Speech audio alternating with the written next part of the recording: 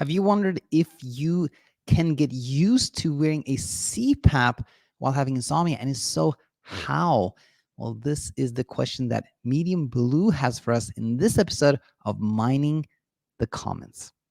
So yes, that's exactly the topic we're going to get into, and I think we can learn something about this. Not that's specific to like CPAP insomnia, but some general principles that really apply to sleep struggles in general. And we're going to look at the comment in a second.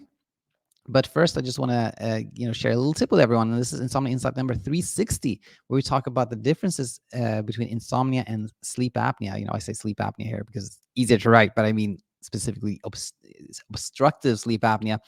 And no medical advice, of course, but just some general thoughts on what may be different between the two. And with that said, yeah, let's jump in and look at this comment that came in just 5 hours ago, and it's actually a comment on the previous Mining the Comments episode. And Medium Blue says, "Hi, Daniel. Do you have any advice on how to get used to sleeping with a CPAP machine while also having insomnia issues or issues with insomnia? I was recently diagnosed with a mild sleep apnea and have a shiny new CPAP on my nightstand, but I can't bring myself to try it because I'm falling asleep easily now, and I'm afraid that by introducing this change that I will fall back into an insomnia pattern for a while. I like to think that I'm not afraid of not sleeping anymore, but I still find that I can be sensitive to changes around my sleep." So, Medium Blue, thanks for submitting this question, and I hope to share things that can be really helpful. And the first thing I wrote down was actually this one, like, why did you, and again, this is not specific advice to you, Medium Blue, or anyone else, no medical advice here. When I say you, I mean, someone who has this type of question, why did you have a sleep study in the first place? And the reason I ask this is because I hear this very, very, very often. Somebody says like, "Hey, Daniel, like I was, I had the struggle with sleep. I had a sleep study. I was diagnosed with mild sleep apnea, and now I have a CPAP device. But I also have this like the insomnia going on. What should I be doing?" And so, I think it can be helpful to look at why was the sleep study done in the first place, particularly if sleep has started to happen easier thanks to like learning and education. It sounds like when we hear this comment from Medium Blue that things have actually gotten easier, but now, Medium Blue has been diagnosed with sleep apnea and has a CPAP device. So what to do?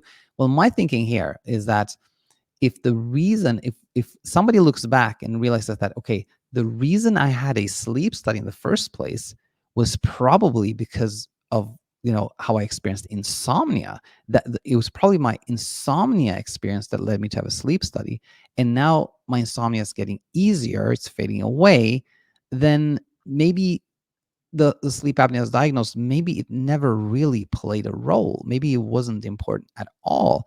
And when we see that the reason I had a sleep study was actually, it wasn't actually sleep apnea symptoms that led to that, then, we can see that the sleep apnea was kind of what we call an incidental finding. It was something that just happened to be found that really wasn't playing a role.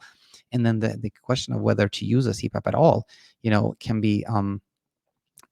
be brought up. So that's kind of segues nicely into number two here, which is, talking for everyone, like, that has questions about their CPAP. I think talk to your doctor about whether CPAP is needed in the first place.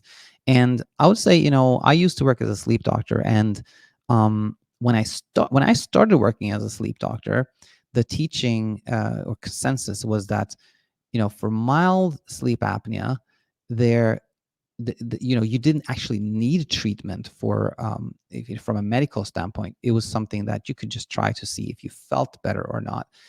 And later on in my career, there was this very big study that came out called the SAVE study, that looked at randomizing CPAP to people with severe sleep apnea.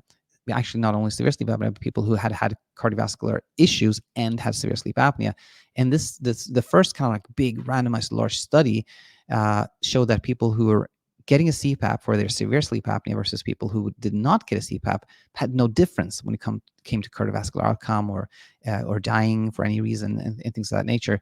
So that really changed things, at least the way I see it in the landscape, where there was even a question whether we need to treat severe sleep apnea with the CPAP device. Again, not medical advice, just me sharing some of the literature here. So I would say that for someone who finds things getting easier sleep-wise, then maybe there is no urgent need to use a CPAP device. But of course, that's a discussion between you and your doctor.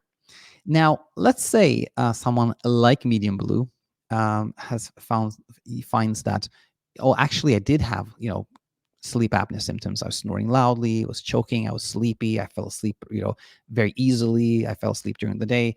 Those type of symptoms, and had a sleep study, and decides that they talk to a doctor and they say that, yeah, I think I really want to do CPAP. Then how can one get acclimatized to CPAP while still having maybe not insomnia, but kind of the fear of insomnia, which is, you know, almost the same thing, right? Because when the fear of like the fear of having insomnia keeps us awake, then that's really a fear of fear, and insomnia itself is really a fear of fear, right? So it's kind of the same thing. But what if one is maybe more in medium blues position here, where there's not so much struggle sleeping now, but there's kind of a fear of making a change, right?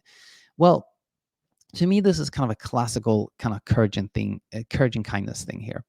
That on one hand, we can see that, for example, saying like, I want to use a CPAP, but I'm so afraid it will disrupt my sleep or cause me to have insomnia again, that I'm going to avoid using it.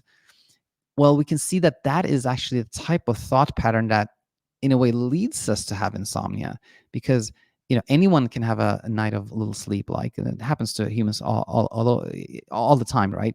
But it's when we go, oh no, this cannot happen again. I need to do something or avoid something so I don't have trouble sleeping again.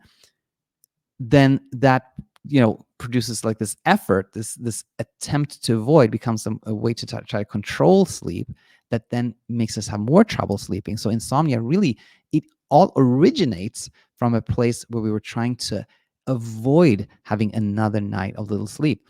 So when we go like, I cannot use the CPAP because that will make me have insomnia again, in a way, that is the type of thought pattern that creates insomnia. So when we see this, we can see that courage can be really helpful. The courage to be like, I'm going to use the CPAP device, and if it disrupts my sleep, if it keeps me awake, then that's just an opportunity for me to face what I've been afraid of, which is not sleeping. And when we face what we've been afraid of, the brain can really see that there is nothing there. There's no real danger there, and it can be really helpful. But kindness is just as helpful. And with kindness in the context, is to have the same realization that, okay, it's sort of like avoiding more trouble sleeping, trying to control that, trying to avoid it, is often a reason we have trouble sleeping. But I don't need to push myself I don't need to push myself to face what I've been scared of. I can take it at my time. I can let the CPAP device sit for a while, and when I feel ready for it, then I can use it. That gentle and kind way, I think, helps so much. So again, courage helps, kindness helps. Like, when is it time to deploy courage and kind of use the CPAP device, and when is the time to deploy kindness and be like, no, it's okay, I don't need to use it now. It's that inner compass. You have to sort of like feel your way forward sometimes. But those are my thoughts on these questions. Hope it was helpful to you, Medium Blue, and anyone else who's had similar questions. Now, if you do have several questions about your sleep, and you're having trouble sleeping, you don't really know where to start in terms of applying the teachings we have here, well, then I encourage you to head over to thesleepcoachschool.com and scroll down to our free mini course, Ready to Sleep in 5 Days, which is available now. You can, again, sign up for free. It's just like every day you get a new teaching for 5 days. And I've really tried to put, condense everything I've learned over the last many years into kind of like the kind of key teachings in that free mini course. So hope it will really help you. And with that said, I wish you a peaceful weekend ahead, and look forward to having you back real soon. Bye for now.